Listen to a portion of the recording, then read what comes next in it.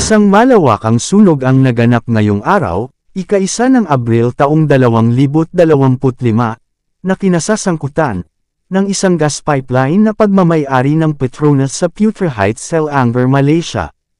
Ang Petronas ay ang pambansang kumpanya ng enerhiya ng Malaysia.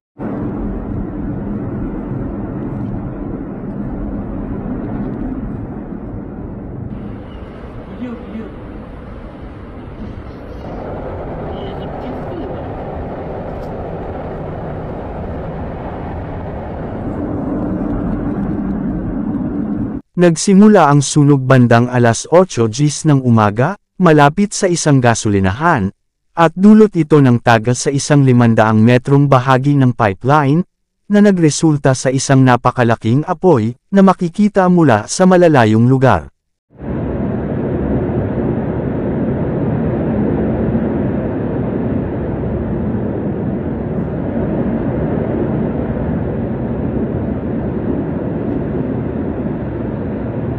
Hindi bababa sa 33 katao ang nasugatan, kung saan 6 ang kailangang dalhin sa ospital, habang ang mga nakatira malapit sa insidente ay inilikas para sa kanilang kaligtasan.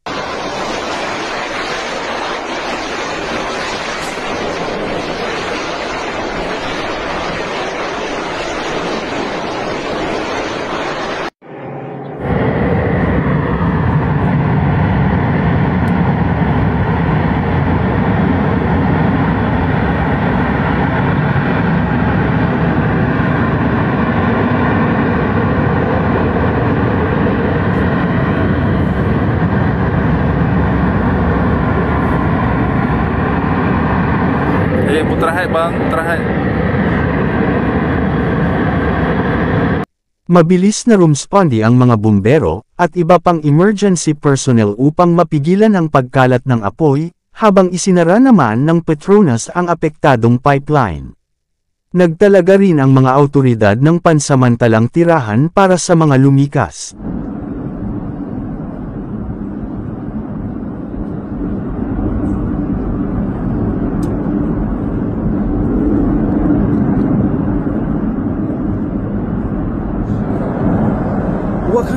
What kind of thing can cause this kind of fire?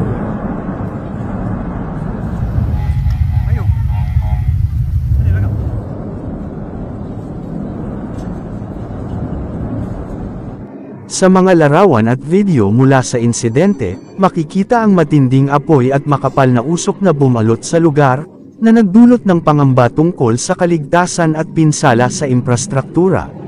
Kasalukuyang nagsasagawa ng investigasyon ang mga awtoridad, upang matukoy ang eksaktong sanhi ng tagas, at maiwasan ang mga ganitong insidente sa hinaharap.